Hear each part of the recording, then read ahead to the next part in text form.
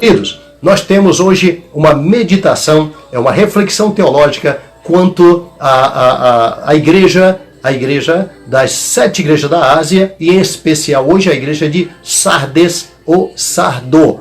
Tá? Os dois nomes são muito bem usados, muito bem empregados, e que nos fala daquilo que é peculiar àquela igreja, o que Jesus ressalta também quando ele manda a sua carta. Como já dissemos, a introdução ela diz o seguinte: o que vês escreve no livro, e envia as 7 igrejas que estão na Ásia, a Éfeso, Esmirna, Pérgamo, Tiatira, a Sardo ou Sardes, a Filadélfia e a Laodiceia. São 7 igrejas, e é sobre ela que nós trabalhamos agora no peculiar. Vamos ver se nós aproveitamos o máximo do tempo. Então, era para escrever a carta às 7 igrejas da Ásia, que cada uma delas tinha algo em peculiar. E cada cidade, eu gostaria de falar sobre o histórico da cidade, que é muito importante, porém o espaço é muito curto para isso. Mas analisa bem. Sardes, por exemplo, Sardes era escrito com I, às vezes no final, nós escrevemos com I, com E, e enfim, ou então Sardo somente. Era uma proeminente cidade muito antiga, ela é muito antiga. Ela é citada por Homero, tá? É citada por Homero na Ilíada, na sua Ilíada, ele cita esta cidade como Ide ou Aide, depende da linguagem que você está lendo, ela era citada assim, dessa forma. Heródoto também citou ela como os lídios, por causa do rei Lido. Então eles disseram, até Heródoto talvez, assim ironicamente, disse que eles foram batizados como lídios, mas antes não era lídios, da onde vem o reino da Lídia, tá bom? Eles eram os lídios por causa do rei Lido, e usaram esse nome também. Mas o livro de Jeremias, Ezequiel e também o historiador Flávio Joséfo descreve ela como Ludim. Tá? Você vai encontrar no livro de Jeremias, Ludim, que também vindo de Put, tá bom? Ludim, Jeremias usa, Ezequiel também usa, e Joséfo também o usa, fazendo uma alusão a Ludim, que vem de Lude, L-U-D, Lude, que era o 4º filho de Sem, e era neto de Noé. Daí surgiu a dinastia, vamos dizer assim, surgiu esse histórico dessa família, e vai crescendo e se torna hoje o reino da Lídia, tá? Reino da Lídia. Hoje não, perdão, lá para o tempo da carta, ok? Porque hoje nós temos ali apenas a Turquia asiática, tá bom? Hoje você olha para lá e vê a Turquia asiática, mas no tempo dessa carta, reino da Lídia, tá bom? Dá para você entender muito bem. A sua cidade, a sua capital nesse tempo foi Sardes, ou Sardi, ou Sardo, tá? Quando a capital era Sardes, ela significa, a palavra Sardes, aqueles que escapam. Olha o nome, o significado do nome da cidade. Aqueles que escapam. Não precisa falar mais nada. Você imagina, quando Jesus manda uma carta dessa, ele sabia para quem estava falando. Ele sabia o passado, ele sabia o histórico dela. Ele sabia o que ele estava dizendo e o que significava aquela cidade, aquele local. Isso serve para nós hoje. Então, Sardes significa aqueles que escapam. Olha, para alguns simboliza até cinza, quer dizer, o que escapou do fogo. Olha lá o que quer dizer. Muito bem, então lá vai. Esta grande cidade, na época, era tão grande, ela sofreu 2 invasões muito, muito fortes, o que foi acabando pouco a pouco com seu apogeu. Para você ter uma ideia, Ciro o Grande, aquele Ciro citado lá em Isaías, ele faz 2 incursões contra esta cidade.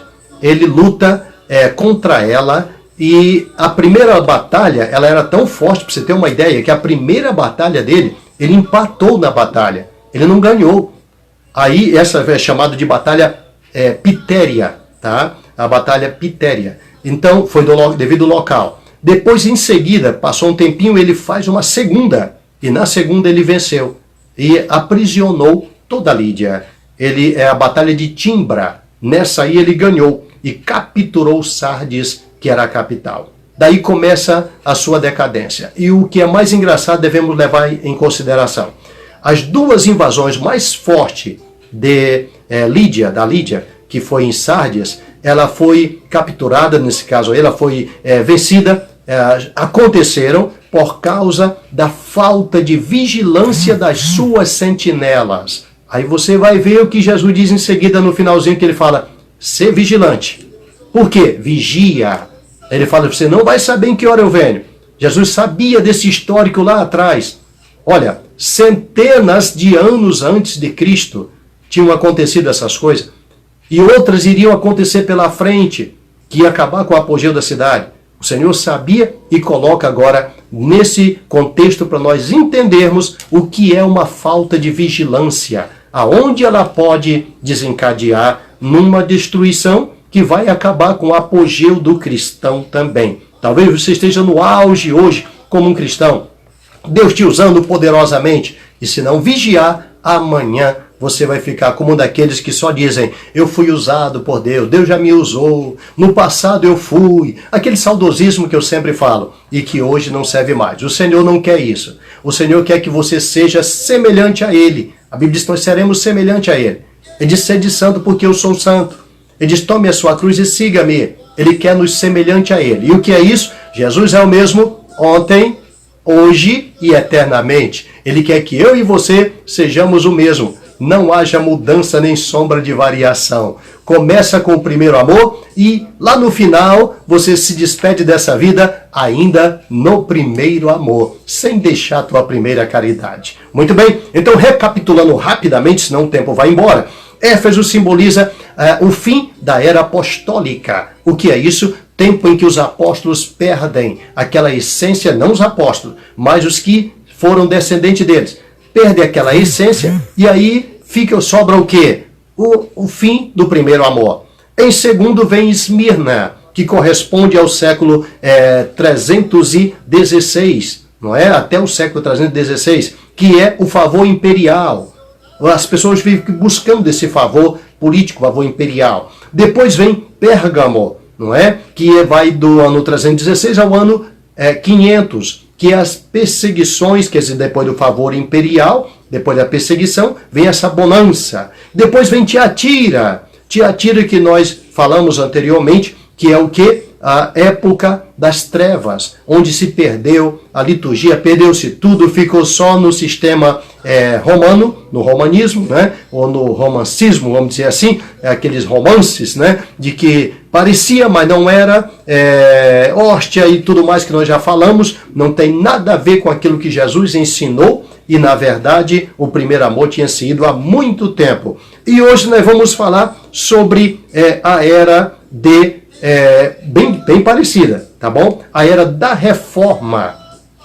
Essa carta simboliza a era da reforma. É muito boa, de 1500 a 1700, corresponde o período desta carta, tá bom? De 1500 a 1700. Então vai dar o quê?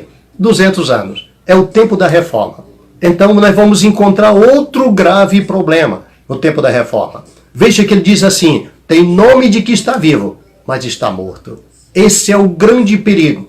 Sabe como teólogos, eu vou dizer não todos, alguns teólogos chamam esta carta, eu diria até os teólogos mais profundos, vamos dizer assim, sabe como ele chama? Uma mensagem aos mortos. Meu Deus, isso é muito forte.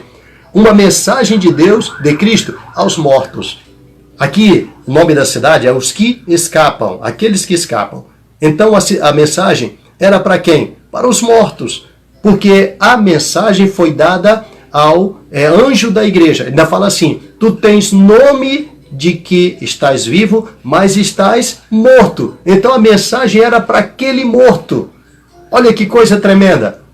É como eu costumo dizer quando estou pregando, olhe bem para a minha cara. Jesus é aquele que ainda que você esteja morto, viverá. Ainda tem tempo, ainda resta uma esperança. Tem saída para você, tem saída para a tua vida. Se está morrendo, Ele te levanta, Ele te restaura, Ele te coloca de pé. Apenas ouve a mensagem dEle, ouve a palavra do Senhor. Como disse Jeremias, terra, terra, terra.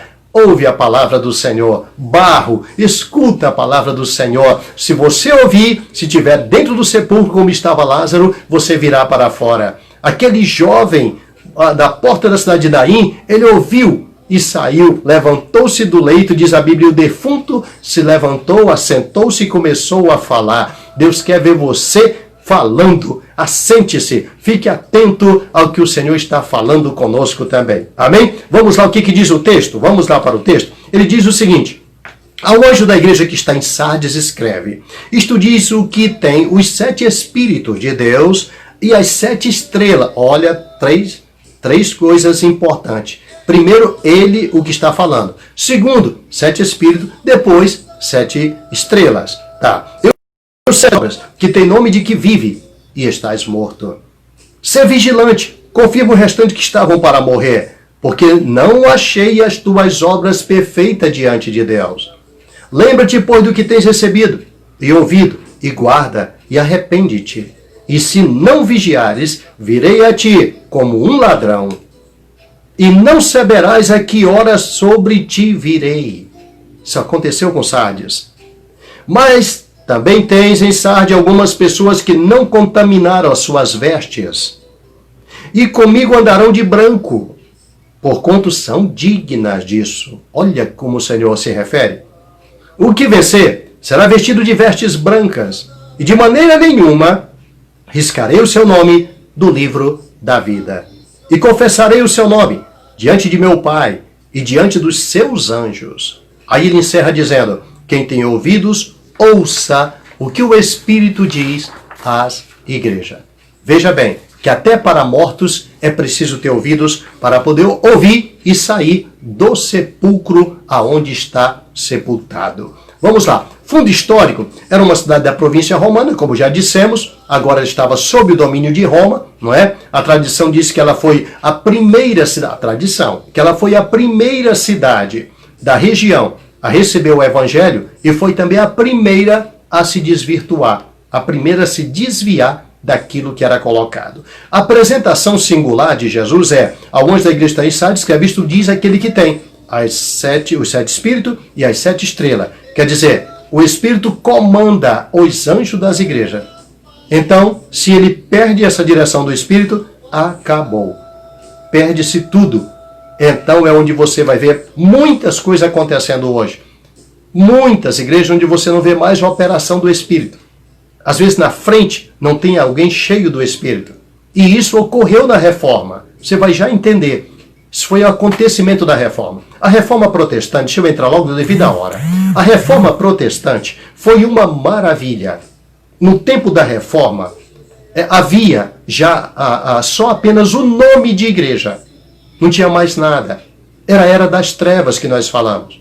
O homem precisava sair dessa coisa.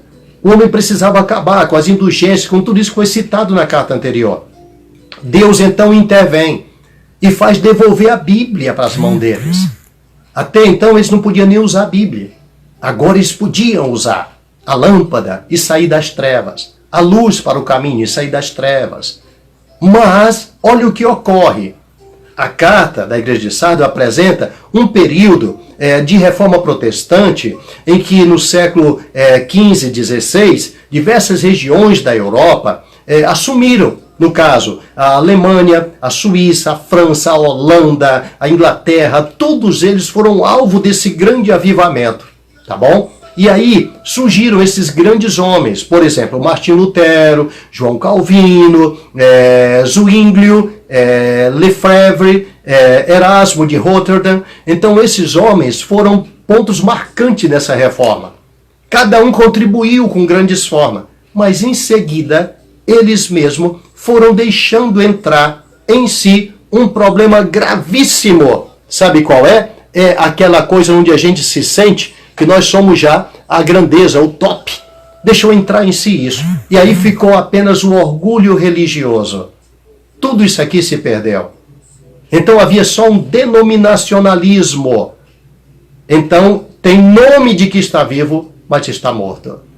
A igreja, a reforma foi uma coisa tremenda, mas rapidamente passou aquele fervor, aquela alegria do Espírito, aquela unção. Eu cheguei a ouvir pessoas dizer que Martim Lutero tinha não sei quantos dons do Espírito.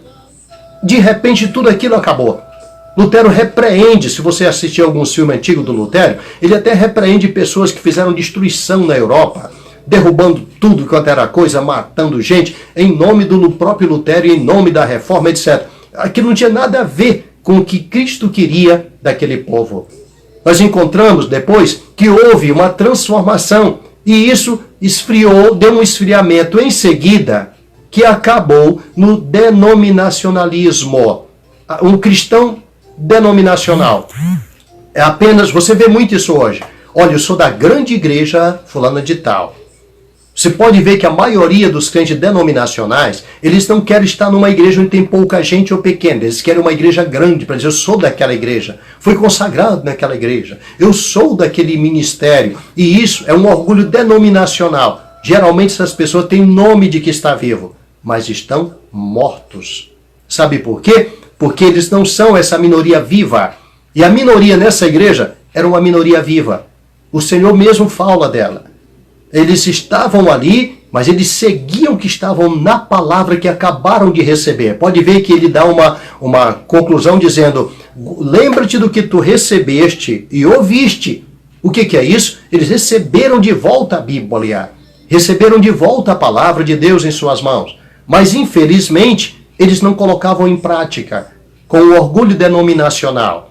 Esse orgulho denominacional faz a pessoa se tornar até mesmo um pastor, um obreiro. Você vê tanta gente hoje apenas querendo uma consagração de pastor, de obreiro, e não quer mais nada. Ele não tem essência nenhuma. Ele tem uma aparência, ele se veste bem, ele tem um bonito paletó, brilhoso muitas vezes, ele tem um carro bonito, ele tem, mas não tem essência. Ele não pode dizer, não tenho ouro nem prata, porque o orgulho denominacional, o aparato, a aparência, faz dele uma pessoa vazia, onde a operação do Espírito de Deus não está ali. Se fala, você não sente nada. Analisa bem os vídeos que você vê no YouTube. Cantoras, pregadores pregando. E você vê muitas vezes as pessoas, obreiros mesmo sentados lá atrás, olhando para cima, para os lados, ele não sente nada. Você vê crentes, tanto sentados nos púlpitos das igrejas, como também lá sentados nos bancos. Eles olham para os lados, eles não sentem nada, eles não captam nada. E não sabem onde é que está a essência do Espírito. Porque ali não tem nada. Ali tem uma pessoa às vezes vazia falando daquilo. Como se lê a Bíblia numa biblioteca secular. Como se lê, a Bíblia está em todas as bibliotecas seculares hoje. Como se lê a Bíblia numa faculdade, onde às vezes é preciso ler algum trecho de alguma coisa, quando eles deixam. Porque as bibliotecas todas têm, eles só não deixam ler. Então, assim também é lida por pessoas que nada têm a ver com a essência da palavra de Deus. O que faz a coisa funcionar é o Espírito de Deus, de sem mim nada podeis fazer. Esse anjo tinha nome até de que estava vivo, mas estava morto. Ele tinha tudo, mas não tinha nada, porque estava morto. E o pior dessa mortandade, dessa mornidão, dessa morte espiritual, não é só isso. O pior é que é semelhante a Sansão. Lembra de Sansão? Farei como da outras vezes. E não tinha mais essência. Ele estava morto. Ele não tinha mais a essência do Espírito. Ele não tinha o poder. Jesus disse até que do alto sejais revestido de poder. Escuta aí, crente. Deus está falando contigo. Ele quer te ver pulando, mesmo essa pandemia, dentro da tua casa, mas cheio do poder de Deus. Cheio da unção do Espírito. Revestido de poder. Para o diabo não rir de você. Para o diabo cair por terra. Para saber que ainda tem servo de Deus na terra dos viventes. Até que chegue o arrebatamento. Deus levantou você para desfazer as obras do diabo. Deus levantou você para provar o poder dele na vida do homem e para que as portas do inferno não prevaleçam contra você. Você é igreja, diz a palavra do Senhor. Amém? Aqui já estava prevalecendo. A gente percebe que alguma coisa já estava acontecendo ali. E veja o que ele vai dizendo. Esse despertamento acabou, que houve na reforma, e foi dando lugar a essa frieza espiritual, ao ponto da mudança vir depois de 1700. Nós vamos ver isso na próxima carta, tá bom? Como foi essa mudança, como foi esse reacender, porque até então aqui tem uma mensagem para mortos, viu? Era para esse povo mortos que estavam ali. O anjo estava morto já, só tinha um nome de vivo, mas estava morto, tá? Vamos lá. A igreja passou a ter também nome de viva e morta ao mesmo tempo, e isso trouxe problemas. Por exemplo, a Bíblia para o povo, como única regra de fé e prática, já não era mais a mesma coisa. A primazia da fé sobre as boas obras também já não era mais a mesma coisa. O exercício sacerdotal, que você vê, o direito de qualquer um chegar até a presença de Deus que eles haviam adquirido de volta, também deixou, já não era mais a mesma coisa. E a mensagem de Cristo, a igreja agora era: eu sei as tuas obras. Tens nome de que está vivo e está morto, que Cristo publica de uma forma bem forte, enfática, e dizendo ainda a ele: ser vigilante. Por quê? Lembra-te de onde caíste. Vamos lá? O vigilante confirma o restante que estavam para morrer. Deu para entender? Ser vigilante e confirma o restante que estava para morrer. Quer dizer, ele chegou para intervir antes que morresse o resto da igreja completamente. O anjo já estava morto. Uma boa quantidade estava morta. E ele agora está cuidando, manda que ele cuide do restante, que ele se converta, se arrume e cuide do restante que estava para morrer. Quer dizer, já tinha morrido muita gente. Tinha muita gente morta na fé, no orgulho denominacional. Tinha muita gente vazio, só com nome de vivo, mas estavam mortos. Aí olha o que ele diz ainda, a aplicação dele, que ele estava correndo esse grande perigo do Senhor vir e ele não ter contato, não é? Ele diz: ser vigilante, confirma e vê se os cristãos de Sardes ainda conseguem ouvir. Esse vigiar e orar, que ele está querendo dizer, era para tirá-lo do sono da morte. Eles chegaram ao profundo sono da morte. Querido, isso é a pior coisa que existe. Eu era novo convertido, isso há 34 anos atrás, e eu via muitos pastores falando desse sono da indolência, sono da morte. Que, não sei se você já percebeu, tem pessoa que não pode pegar a Bíblia para ler, que ele começa a dormir. Se puser ele de joelho, 15 minutos ele começa a dormir de babá, e não consegue orar. Os discípulos, no dia que Jesus foi preso, eles dormiam e não conseguiam orar. Era o sono da morte. Eles estavam morrendo espiritualmente, porque eles estavam numa outra dimensão. Enquanto Jesus estava indo para o lado correto, ele estava indo para outra dimensão, esperando que o Cristo fosse o que ia julgar o Império Romano naquele tempo, etc. Os Judas, cada um esperava uma coisa. Isso foi distanciando a mente deles. E quando foi distanciando que o adversário chegou de vez, Jesus avisou: vigiai e orai, para que não entreis em tentação. E já foi bem claro, o espírito está preparado, mas a carne é fraca. O que ele estava dizendo? Se vocês ficarem espirituais, se vocês vigiarem, o diabo não vai derrubar vocês. Agora, se não, vai acontecer algo estranho. Ainda diz Pedro, ele pediu você para se ir andar, Pedro. Eu intercedi por você. Mas o Pedro não ligou. Quando Jesus fica aqui e ora, vigia, eles não vigiaram. Jesus volta outra vez e diz: você não vigiaram comigo nem uma hora.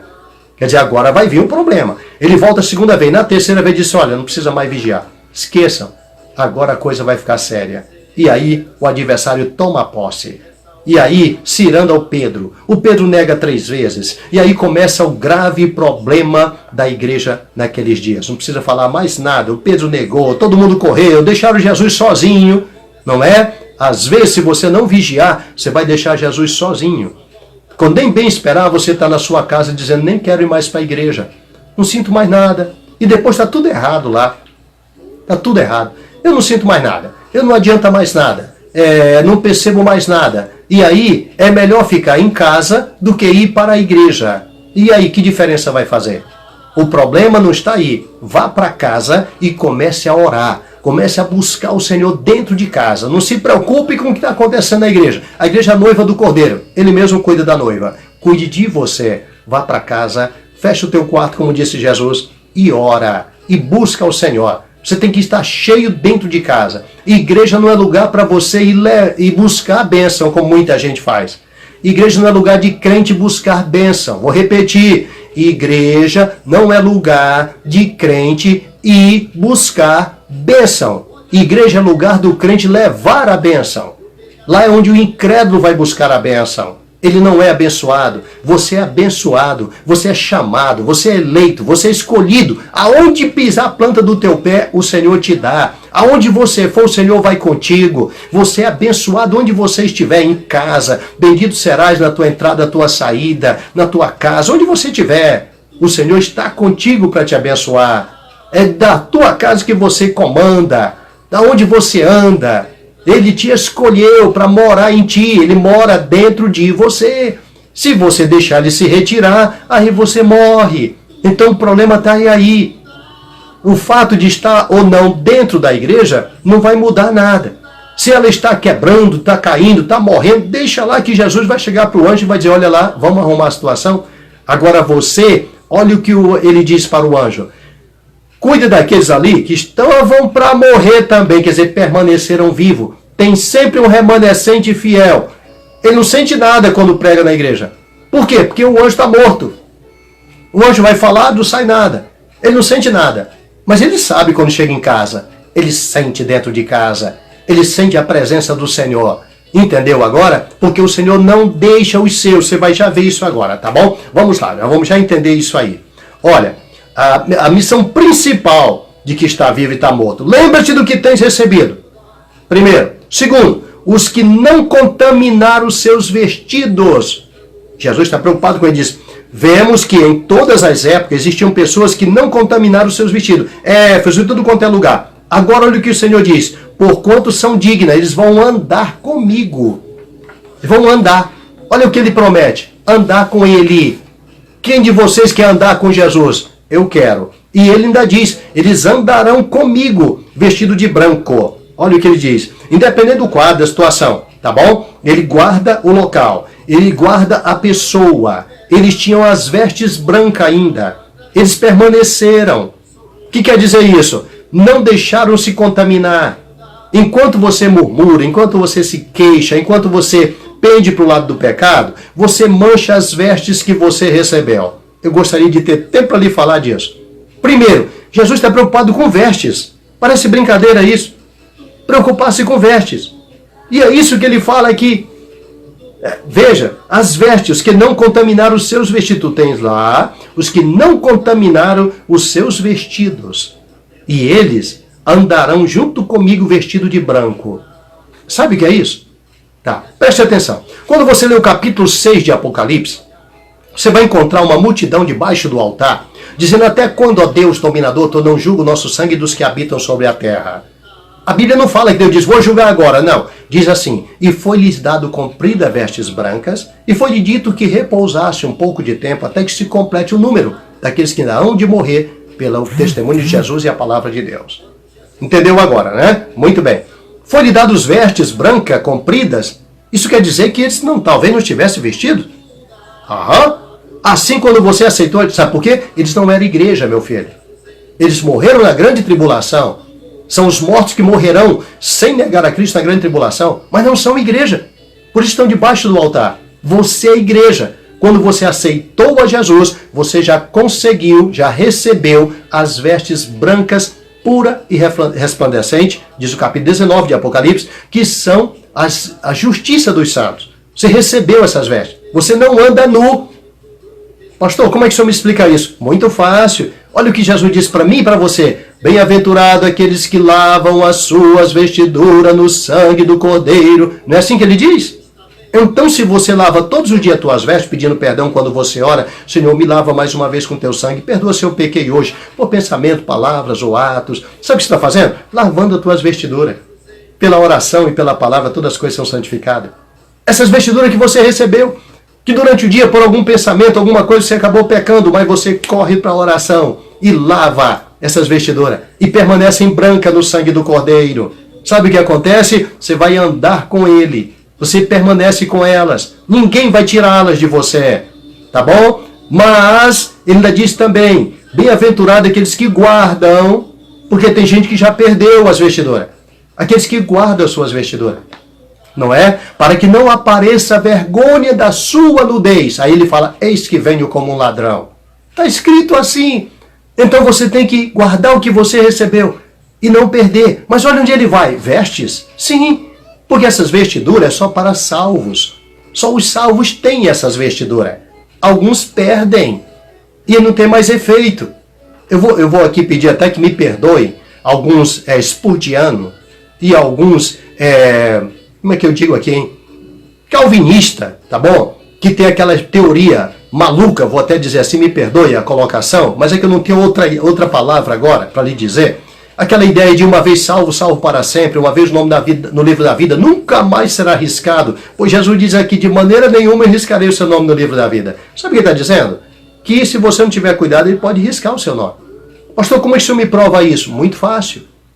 Quando os discípulos voltaram, que Jesus mandou de 2 em 2, eles disseram, mestre, até os demônios se nos submetem através do teu nome. Jesus disse, não vos alegreis porque eles se vos submetem. Alegrai-vos pelo vosso nome, está escrito no céu. Quem eram esses discípulos? Os 12. Eles foram em nome de Jesus. Esses 12 incluía quem? O Judas. Então o nome do Judas estava escrito no céu. E aí, o que acontece? Você acredita que ainda está escrito no livro da vida o nome de Judas? Eu não consigo crer nisso. Ô meu querido irmão calvinista, sei lá, me perdoe. Eu não consigo crer nisso. Jesus disse que seria melhor o Judas não ter nem nascido, está escrito assim. Ai daquele homem porque o filho do homem é de ser traído. Melhor lhe fora nem ter nascido. O Judas não está mais lá. Assumiu o lugar dele Matias. Leia a Bíblia. Foi riscado o seu nome. Foi tirado o seu nome. Ele não está mais lá. Entendeu? Eu acho que com essa aulinha rápida deu para você entender. Ah, pastor, mas será que o Judas... Porque alguns têm essa teoria maluca, dizendo que tal pessoa nunca se converteu. Tá bom? Então vamos lá. Já que você não quer essa, eu vou mais além com você. Vamos ver. Você acredita que Satanás foi criado Satanás? Destruidor? Assassino? Não. Ele foi criado perfeito. Leia Ezequiel 28 ou Isaías 14. Quando faz alusão ao rei de Tiro, ele fala assim, perfeito em formosura tu foste criado. Foste criado perfeito e com grande formosura. Mas até que houve iniquidade em ti. Satanás foi criado perfeito. Mas ele deixou a iniquidade entrar. E ele, quando era perfeito, o nome dele estava lá. Mas agora não está mais no livro da vida, meu querido. Foi riscado. E só o dele, os demônios, a terça parte dos anjos. Deus não criou Satanás já mal feito, imperfeito. Não. Ele criou com o nome no livro da vida, como os demais também. Ele tinha seu lugar até no céu, mas foi jogado de lá para baixo. Tá bom? Agora deu para você entender, não é? Então, fique atento com seu nome no livro da vida. Fique atento com suas vestes brancas, como nos ensina a palavra do Senhor, que é o que ele diz aqui. E eu vou repetir por causa da hora, rapidamente, tá? Podemos entender o seguinte, essas vestes são roupagem do cristão, então lá vai. Mas ainda também os que conservam as suas vestes espirituais incontaminadas. Tens também aqueles que andarão comigo, com o Senhor diz ele. Eles andarão comigo. Então só anda com ele quem tem suas vestes brancas, porque Jesus descerá do céu com vestes brancas, salpicada de sangue, não é assim? Escrita, não é? Rei dos reis, Senhor dos senhores. Bom, você já sabe, não precisa falar mais nada. Muito bem, ele vai andar junto com ele. Vamos voltar ao profeta lá atrás, tá bom? Amós, vamos conversar sobre Amós. Tá. Andarão dois juntos se não estiverem de acordo? Então, eu preciso ter vestes brancas para andar com ele também. Bem-aventurados que guardam suas vestiduras, porque senão vai aparecer a vergonha da sua nudez, está escrito. Jesus não vai andar com ninguém nu. Ele já pôs veste em mim e em você para andarmos com elas brancas. O povo da igreja de Sardes já não tinha mais essas vestes. Tinham contaminado essas vestes. Essas vestes sujas não podem andar com o Senhor. Quem tem veste suja não pode andar com ele. Guarde isso hoje. É necessário nossas vestes estarem brancas. Cuidado, muito cuidado, que ele não está olhando só o externo, ou nem só o interno. Ele está olhando os dois. Quando se trata de anjo, é espírito. E no caso de espírito é que se trabalha com vestes. Cuidado para você não inverter. Quando se trata de homens, nós vamos tratar de vestes. Olha, irmão, tem que usar isso, irmão, tem que usar isso. Não, esquece, aí são uso e costume de homens. Agora, de espírito, são vestes, meu querido. Aí é diferente. Não haverá nudez lá em cima no céu. Todos ostentarão as suas vestes. Então vai lá. Andarão comigo. E olha o que ele diz. e terão os seus nomes escritos no livro da vida. Ele nunca vai deixar apagar e nem vai riscar o meu e o teu nome do livro da vida se mantivermos as vestes. Mas ainda tem um negocinho ainda. Ele fala assim, e confessarei. Ele promete isso aqui, não é para o anjo da igreja que estava morto, não. Ele não promete porque estavam mortos também. Ele promete para aqueles que estavam para morrer. Por isso se encaixa aí também o nome da igreja, Sardes ou Sardo, aqueles que escapam. Entenderam? Eu tomara que você seja um daqueles que escapam, que não entra mais nesses costumes que você está vendo hoje, que não entra mais nesse meio de cristão que se diz cristão e não é. Só tem roupa, só tem blá blá blá palavras, e não sai nada. Você não vê mais poder de Deus, você não vê batismo no Espírito Santo, você não vê mais cura divina, você não vê mais nada disso através dessas pessoas, porque realmente quem faz isso não habita mais neles. E era o que estava acontecendo. Então aqui agora ele diz, olha, e tem mais, olha o que ele fala. Andarão comigo vestidos de branco, tá bom? E diz assim, de maneira nenhuma riscarei seu nome no livro da vida, tá? E o mais importante que eu vou citar para você agora, talvez você vai dar um pulo aí da cadeira onde você está, tá bom? Que eu vou citar agora para você. Confessarei, repetindo, confessarei os seus nomes, tá bom? Diante do meu Pai e dos seus santos anjos. Eu sei que você não entendeu nada, porque você nem pulou ainda, mas você vai entender agora. Quando você não adere a certas ideias, ainda que venha de líderes, que era o que ele estava dizendo aqui. Quando você não adere a essas coisas, aí começa o grave problema. Você começa a ser jogado de lado. Entenderam? Teu nome não tem mais valor nenhum naquele local, naquela igreja, naquele lugar. Um grupo que adere começa a te jogar de lado. E o grupo que fica fiel, com as vestes brancas, sempre é um grupo pequeno. E esse grupo pequeno, esse grupo pequeno é sempre desprezado aonde ele está. Esse grupo pequeno é o grupo de profeta. E um profeta não tem valor na sua pátria, nem na sua casa. Escute, preste atenção, porque Deus está falando contigo, crente, que entrou para receber isso hoje. Então você vai ser sempre encostado de lado. Teu nome não vai valer nada. Pessoas vão falar mal até do teu nome. Do teu apelido, sei lá de quê, de aquilo que você tiver. Vão falar mal de você. Vão te perseguir até por causa do teu nome. Entenderam? Mas não esqueça de uma coisa. Que o teu nome desprezado, o teu nome jogado, o teu nome esquecido muitas vezes, ele vai ser falado. Foi Jesus Cristo quem disse... Jesus vai confessá-lo diante do Pai e diante dos seus anjos. Sabe como eu veria isso? Como se Jesus olhasse no meio da multidão e pegasse uma lista e dissesse, fulano de tal, vem cá, e olhasse para o lado que está sentado à direita do Pai, ele olhasse para o lado e dissesse, Pai, esse aqui ó, foi desprezado lá, quando todos entortaram e ele continuou firme. Eu quero que tu veja bem ele de perto aqui, Pai. Fulano de tal, esse aqui também, Pai. Esse daqui também, anjos, dá uma olhada para ele. Vocês lembram disso? Quando vocês ministravam muitas vezes, às vezes até mesmo guardando eles. Estão vendo aqui, anjos? E vocês guardavam, nem chegavam em casa, chateados, foram maltratados, foram desprezados, não deram oportunidade, esqueceram deles, lembra? Mas eles permaneciam fiel. Então, anjo, vocês iam lá muitas vezes que eu mandava vocês confortarem eles. É esse aqui, você lembra dele, né? Fulano de tal, esse aqui também. E vai chamar... E vai citar o teu nome diante do Pai e diante dos seus anjos. Em suma, descansa, crente, se você estiver na igreja de Sardes, tá? Ah, pastor, mas eu não estou morto. Não, não estou falando com morto, eu estou falando com vivos.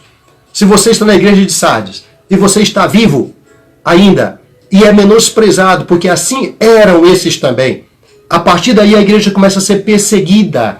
Próprios crentes perseguindo o crente depois da reforma. Ficou um problema grave. O orgulho denominacional tomou posse. Cada uma igreja queria ser melhor do que a outra. Ter um templo mais bonito do que o outro. Enfim, e isso nós estamos vendo no dia de hoje. Se você está nesse ponto, descansa, porque o teu Deus está cuidando de ti e Ele vai confessar o teu nome diante dos anjos do Senhor e também diante do Pai você não está esquecido. Permaneça com suas vestes brancas. Ainda que tenha que discordar de qualquer coisa, mas segura as tuas vestes brancas.